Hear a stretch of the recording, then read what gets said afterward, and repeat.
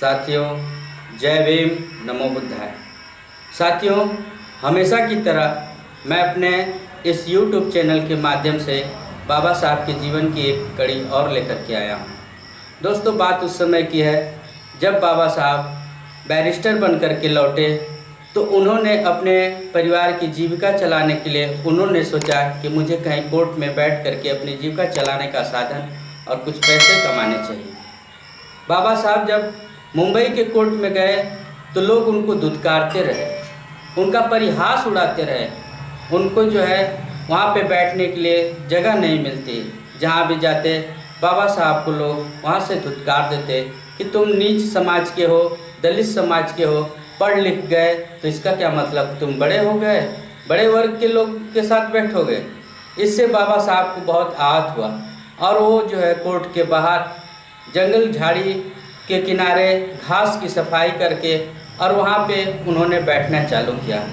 दोस्तों, बात उस वक्त की है जब एक ब्राह्मण के लड़के को फांसी की सज़ा हो गई और वो अपनी फाइल लेकर के पूरे कोर्ट में दौड़ता रहा।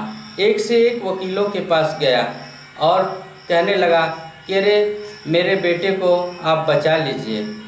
लोगों ने उसको कहा कि तुम्हारे बेटे को फांसी हो चुकी है और उसको कोई नहीं बचा सकता। और वो जो है एक से एक वकीलों के पास जाता। सभी लोग उसकी फाइल देखने के बाद उसे कहते कि तुम्हारे बेटे को कोई नहीं बचा सकता। और बाबा साहब का मजाक उड़ाते हुए उन्होंने कहा कि जाओ, एक दलित आया है, वो अंबेडकर, उसके पास जाओ, हो सकता है वो तुमको बचा ले।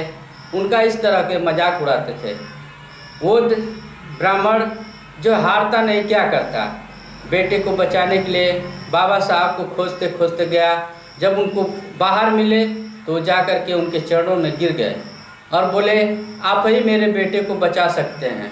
बाबा साहब ने उनकी फाइल देखी और कहा इसको तो फांसी हो गई है, एक से एक वकील देख चुके हैं, तो मैं इसको कैसे बचा सकता हूँ। इसके बावजूद भी ब्राह्मण उनके पैरों में गिर के रोने लगा, गिड़गिड़ाने लगा। तब बाबा साहब ने उसे सांत्वना दिया और उसकी फाइलों का अध्ययन किया। बोला ठीक है, फांसी का दिन तो मुकर्रर हो गया है, चलो मैं उस दिन आऊँगा और कुछ करने का प्रयास करूँगा। दोस्तों, फांसी की दिन तय हो गई। जब वहाँ पे फांसी होनी थी तो बाबा साहब अम्बेडकर भी वहाँ खड़े हुए और वो ब्राह्मण भी किनारे खड़ा हो गया। दोस्तों, बाबा साहब इस सब पूरी क्रिया को देख रहे थे।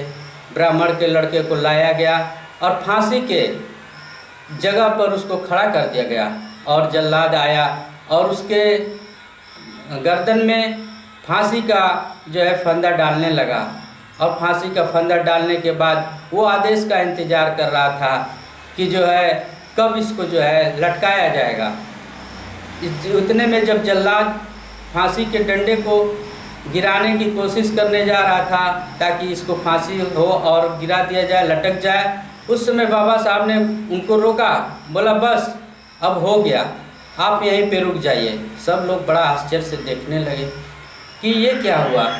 तो उन्होंने कहा कि इसको जो है फांसी की सज़ा हुई है, ना कि मौत की सज़ा हुई है। इसके गले में फांसी का फंदा पड़ गया, इसकी सज़ा पूरी हो गई। आप इसको मौत की सज़ा नहीं दे सकते क्योंकि इसको मौत की सज़ा नहीं हुई।